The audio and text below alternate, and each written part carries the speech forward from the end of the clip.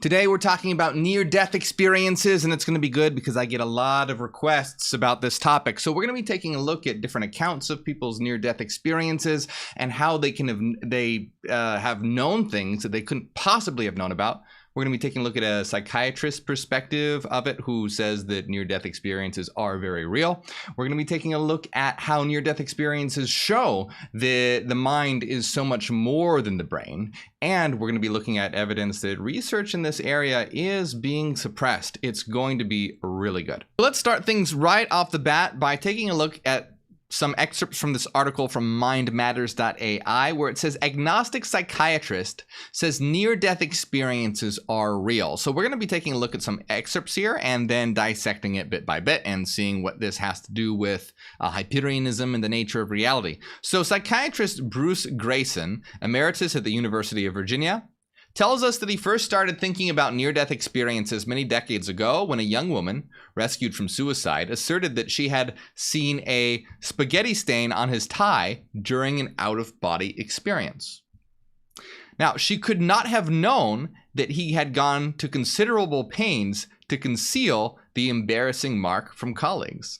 So we're going to start to see this interesting pattern of people who have had near-death experiences being able to explain or reveal things that they could not have possibly known. And this is very good evidence for, the mind not being the brain. So if you're new to hyperionism, in hyperionism, the mind and the brain are not the same thing. The mind is more like what people would call the soul, but we don't like to use religious terminology. We like to be very rational about these things because they're defined in terms of mathematical frequency.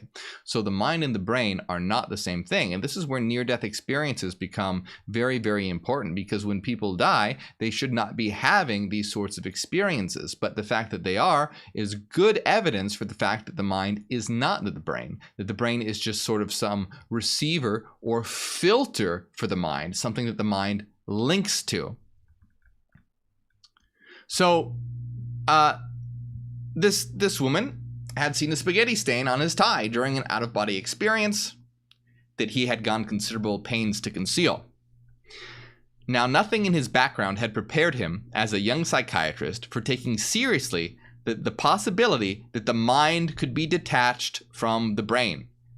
And that's exactly,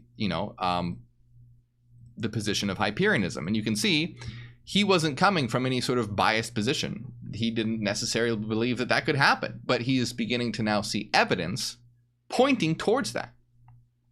He grew up with a chemist father who had a great love for science, but no metaphysical convictions. So this is important because this psychiatrist is not coming into it with any sort of metaphysical beliefs or preconceptions or anything like that. He came from a very scientific, materialist background. But he just could not forget the spaghetti stain episode, and that background prompted him to study near-death experiences, or NDEs, from a science perspective.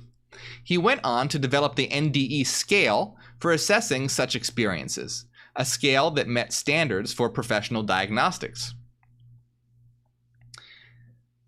His new book, After, is the outcome of a lifetime of study.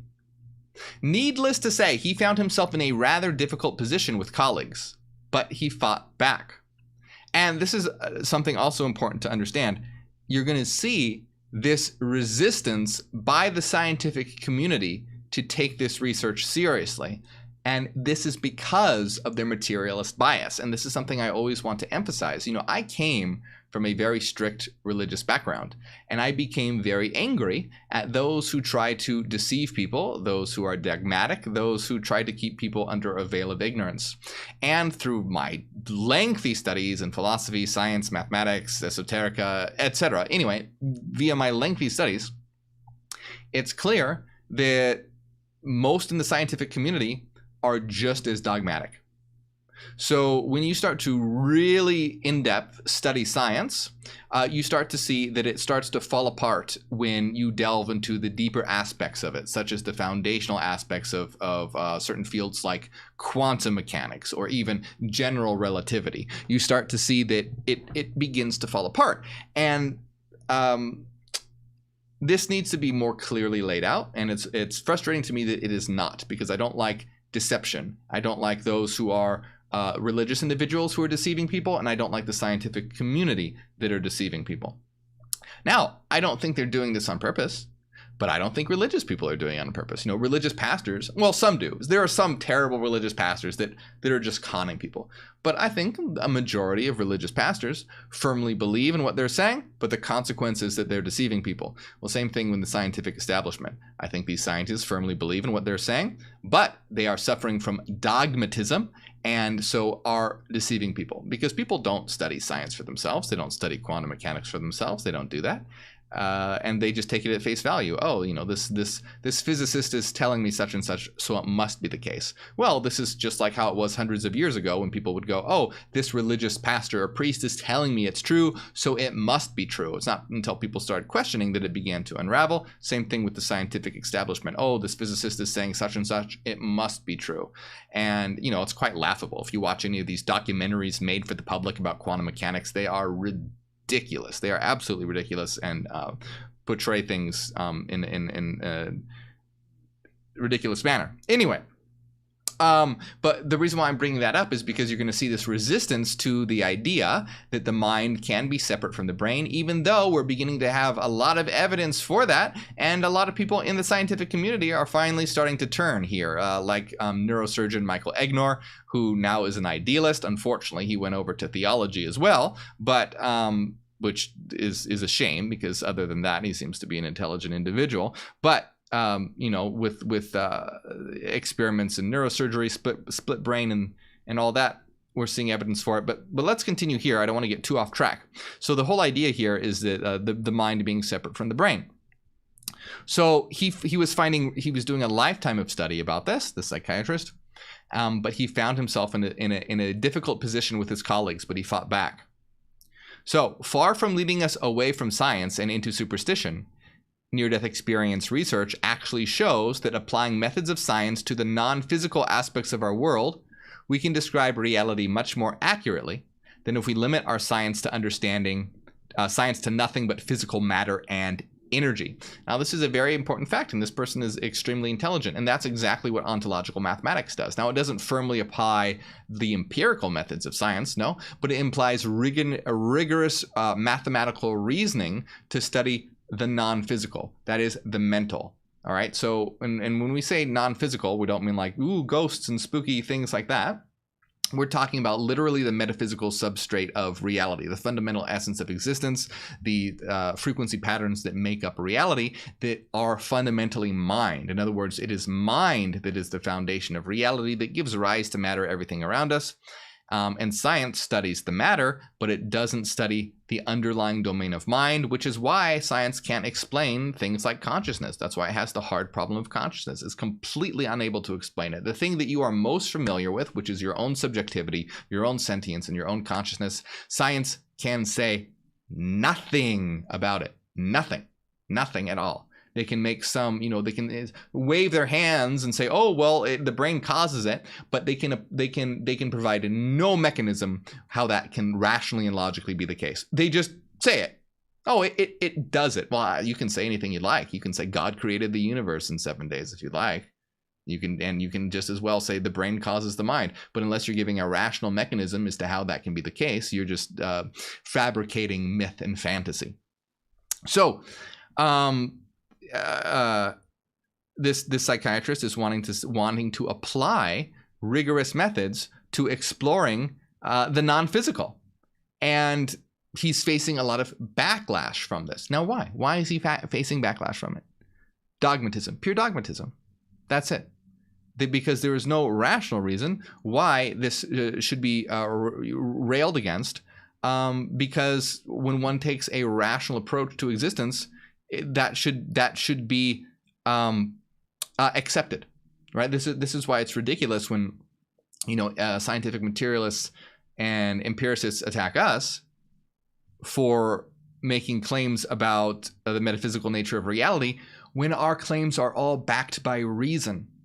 It's only paradigmatic dogmatism that is chained to a belief in matter and empiricism, the senses, that denies it. It's pure belief in dogma. That's it. It's not reason. It's not reason. And that's an important thing to understand, because like I said, I'm very I do not like deception. So And I don't care if you're wearing a lab coat or if you're wearing priest's clothing. You know, it's all about reason. Reason is the guiding function that reveals truth. So continuing on here, this psychiatrist, having no particular religious convictions. So again, I don't know, you know, I'm not an expert in this guy. I'm reading this article about him, but he sounds like a very open-minded individual. He had this scientific background, but he's not opposed to the idea of the non-physical and near-death experiences and the mind being separate from the body, because he saw evidence that it could be the case. But he doesn't have any particular religious convictions either. He's not going, oh, so then God must exist, which is unfortunately what neurosurgeon Michael Egnor did. Neurosurgeon Michael Egnor, through his familiarity with the brain and understanding of how the brain works via his field of being a neurosurgeon, he realized that the brain can't account for the mind. He realized that the brain can't. There's no way that it could generate the mind, and so he went to the belief that indeed reality is created by the mind, and that's an idealist position. But unfortunately, he also went over to theology. He went to religion. You don't have to do that, and that's why this individual is interesting, because he came from a scientific background, but he saw evidence that the non-physical could very well exist, and so he's looking into it, but not automatically going to religion and God. That's a sign of a very open-minded individual. You know, you're not jumping from one dogma to another. You're looking at the data, you're reasoning through it, and you're coming to your own conclusions based on your reasoning. That's the sign of an open mind. That's the sign of true intelligence. The true, sign of true intelligence is to be able to change your mind based on new information. So many people don't do that. They'll just stick to their dogma, or they'll jump from one to another. Being able to change your mind based on new information, and this individual is displaying that clearly, and I like that. That is very fucking rare. Very rare to see that. Most people do not think for themselves at all. It's quite sickening, actually. So, the nauseating banality of the world. So this person, this psychiatrist, having no particular religious convictions, he's willing to entertain the idea that near-death experiences may be brought on by physical changes in the brain. So he's saying that, he's staying open to the fact that, well, maybe it is physical changes in the brain, but he's also willing to consider the possibility that the mind may be able to function independent of the brain. Now, for those who are involved in hyperionism, you're like, yes, of course. Obviously, because we understand why and how that's possible. If you're new to the channel, that might seem very strange. Well, how could the mind operate independently of the brain? That's because people have been brainwashed into believing that the mind is just a product of the brain. That's not the case. That is just a fantasy spun by scientific materialists. That's not the case at all. The mind is originally what was called the soul. Like, if you go back and look at philosophy, the soul and mind were used interchangeably. The soul was the mind in a lot of philosophy. In hyperionism, we use the word monad to describe the mind as a system of frequency patterns, sine and cosine waves. So this individual is very, very open to both possibilities. He just wants to study it, which is nice. So we all know which of these two would get him in more trouble with the current research establishment. You see? So this is an important part now. Of these two theories, the belief or the theory that the mind may be able to be function independent from the brain, all right, that will get him in trouble with the current research establishment. That's important to understand. Remember, and I try to get this across to people because people don't realize this. People think that the scientific establishment is the epitome of logic and reason and just, trying out new ideas. No, it's dogma. If you come to them with the idea that the mind is independent from the brain, you're going to encounter resistance. You're not going to get funding. You're going to get ridiculed.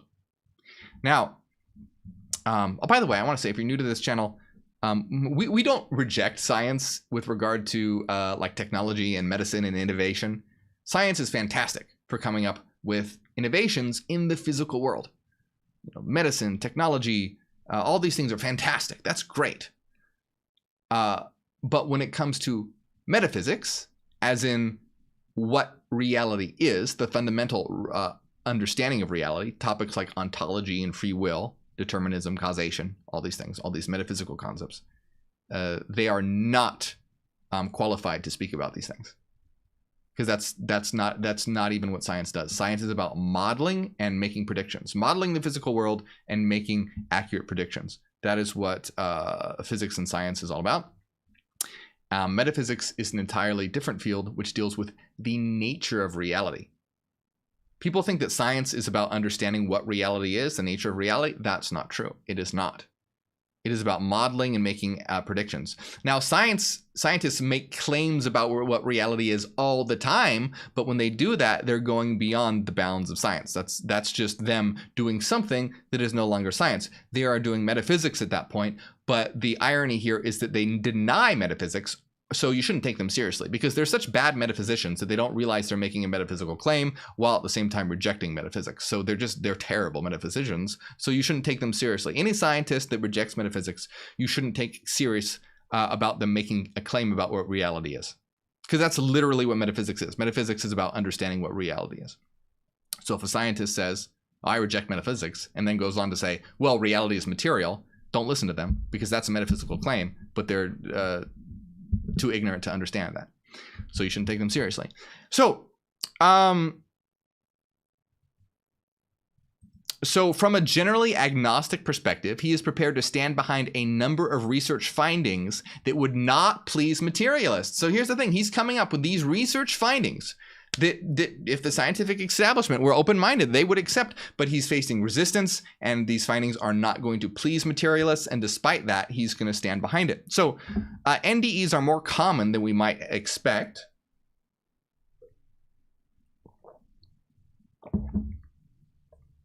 For example, in research studies, 10% of people whose hearts stopped reported them. As we might, people have NDEs whether or not they believe in them. Right? So that's really important.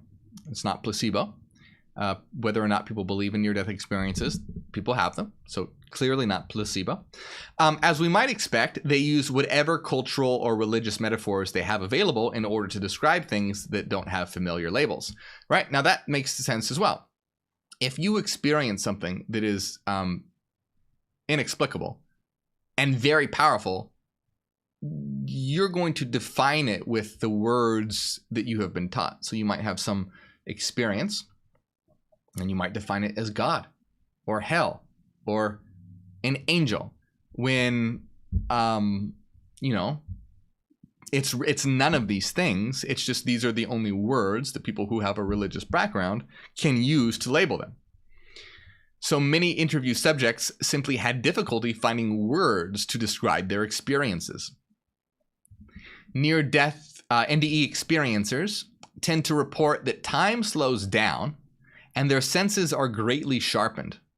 More than 80% of the experiencers who've participated in my research report having had a sense of being outside their physical bodies. More than 2/3 encounter at least one other person. Many undergo a life review where, for example, they see their actions from the perspective of others. Almost all become convinced that there is life after death. Now that's incredible. Right there. Almost everyone who has an NDE becomes convinced that there is life after death. They tend to change their lives as a result, generally coming to value relationships much more than possessions. We see similar sort of things with people who do certain psychedelics, right? And it's not the same thing by any means, but we see a similar sort of things with people who are susceptible to them. And it doesn't mean that everyone does. It doesn't change. Sometimes it doesn't change anyone, but a lot of people come out of it seeing reality in a completely different way. We see a very similar thing happening here with NDEs, except it seems to be even a much more powerful, a much greater extent, because this is when their body has shut down that they're having these experiences. It's not just a substance they took. Their body is gone, dead.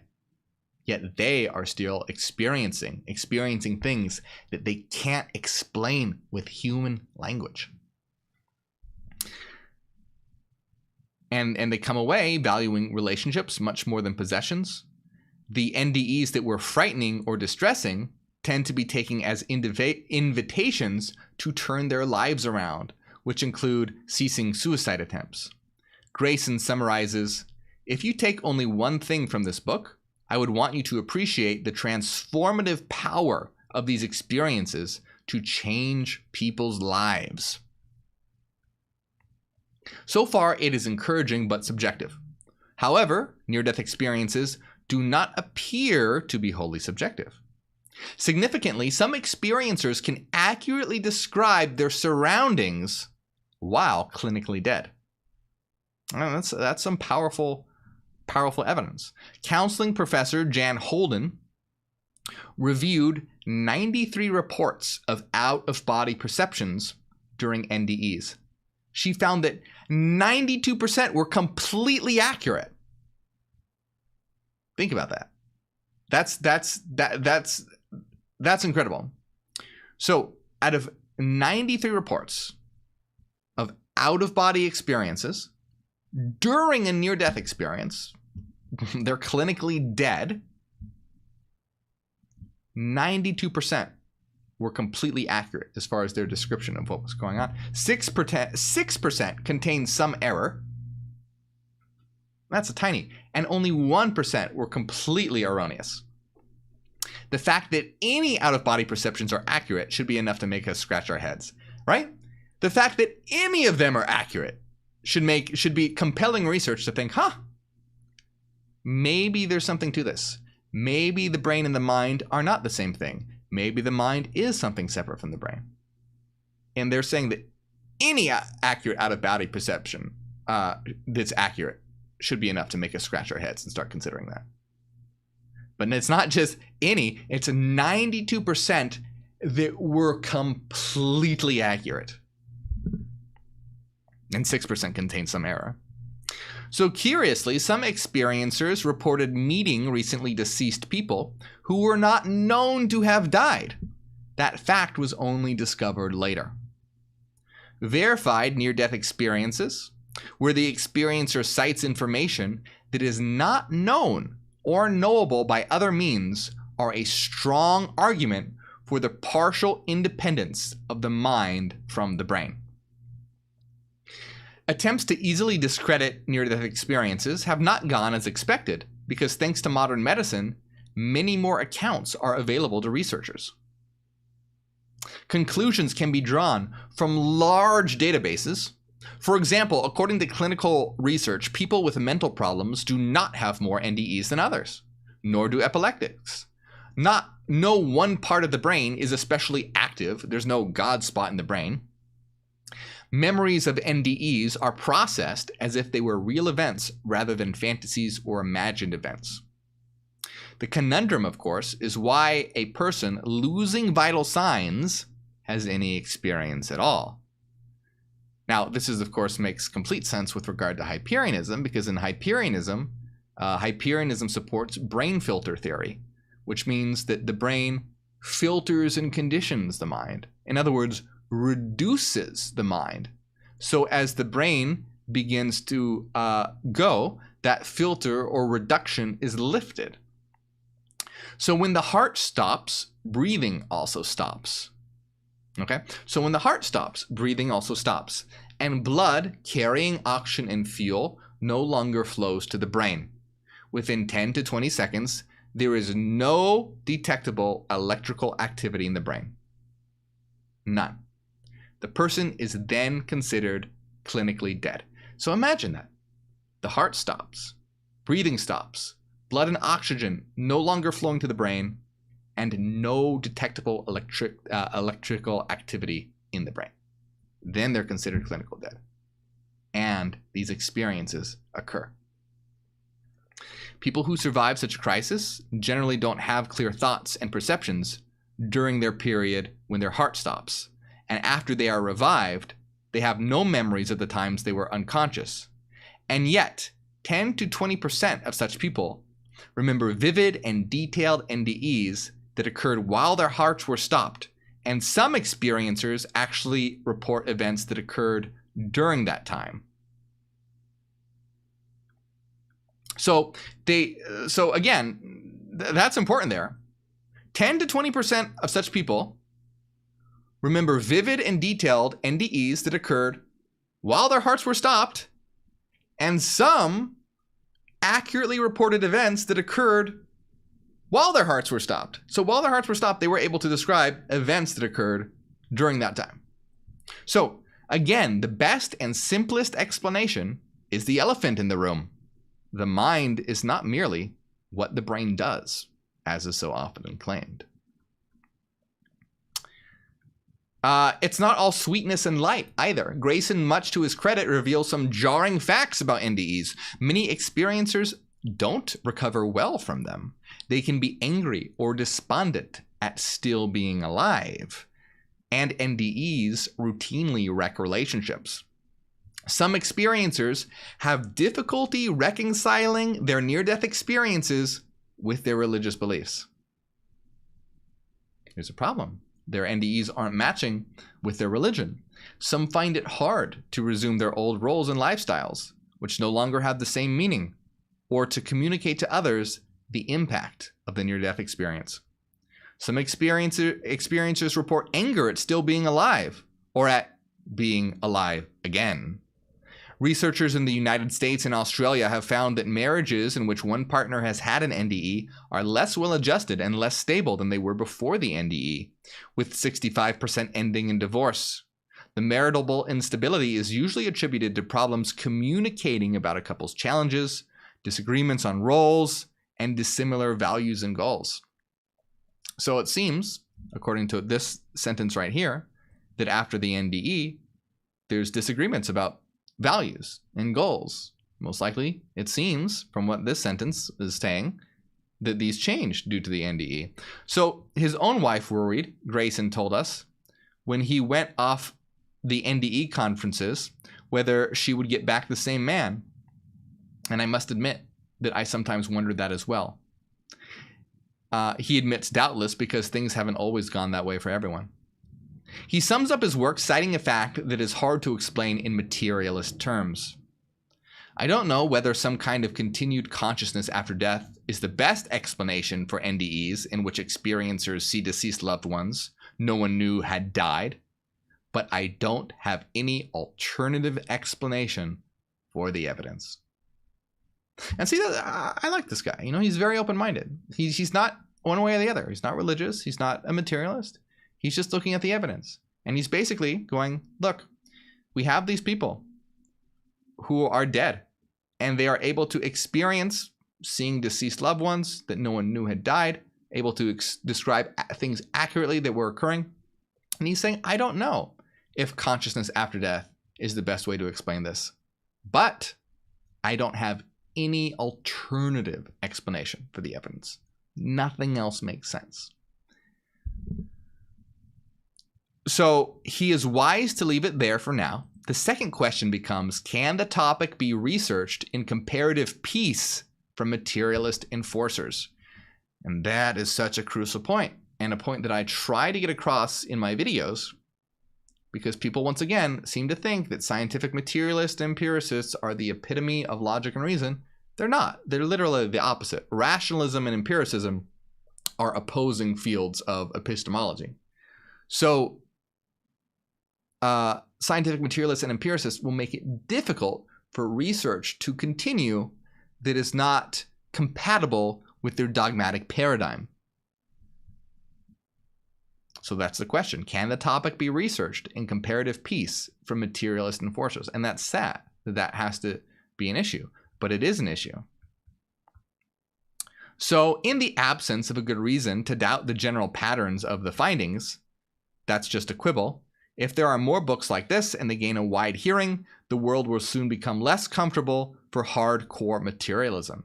And that's excellent. And that's a good point as well, that, you know, this person, I have not read this person's book, so I can't attest for the accuracy of his accounts. You know, I have not researched this. I have not studied this in depth myself. So I'm taking it with a grain of salt that, you know, everything that Bruce Grayson is saying is accurate and factual.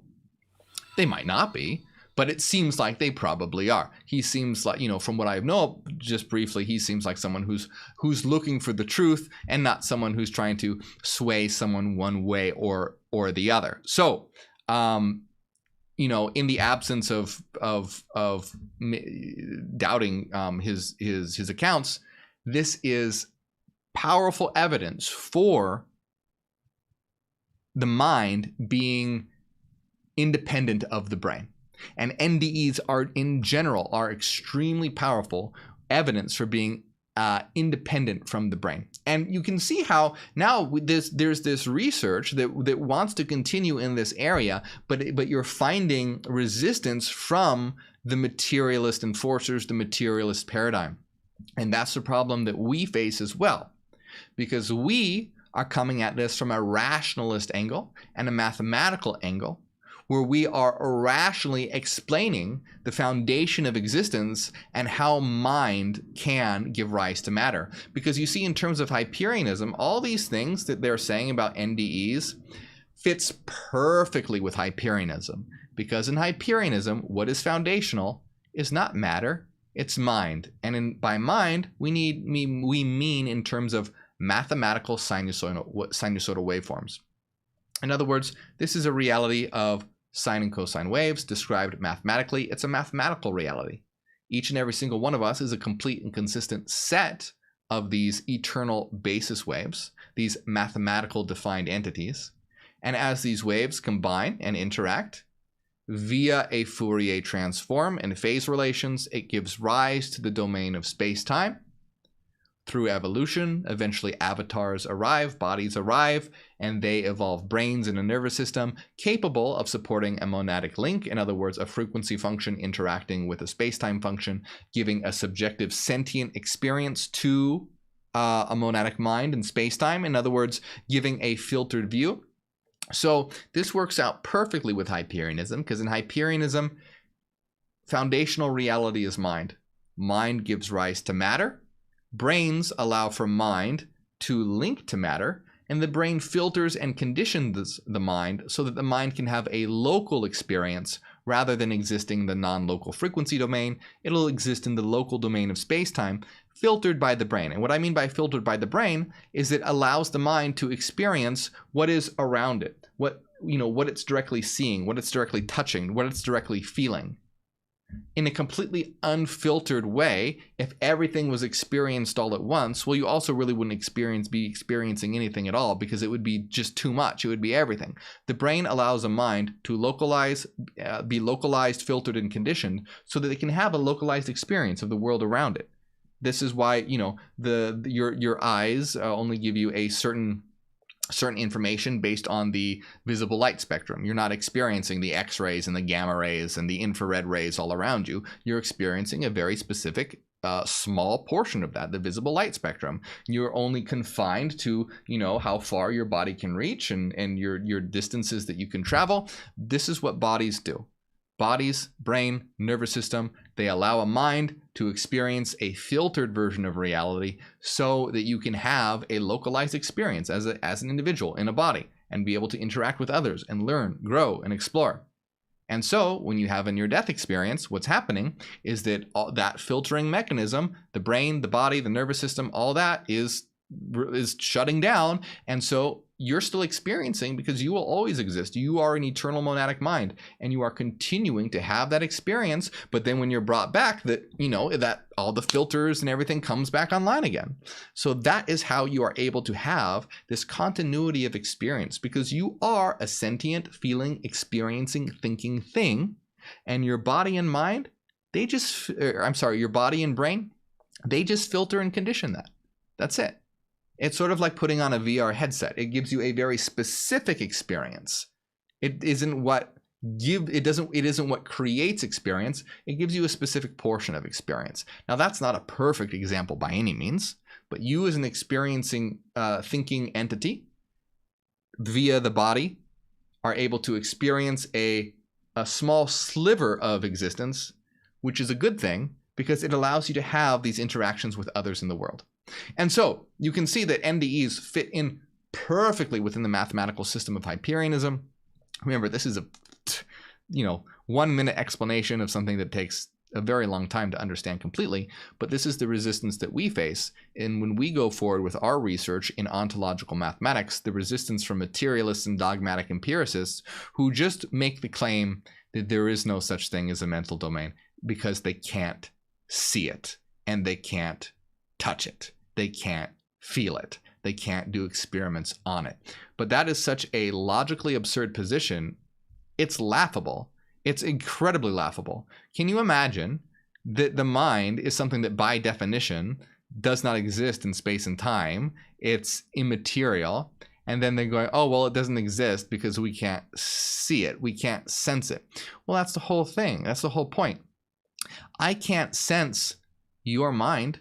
I can't touch and feel and see your mind, your subjectivity. I can't see it.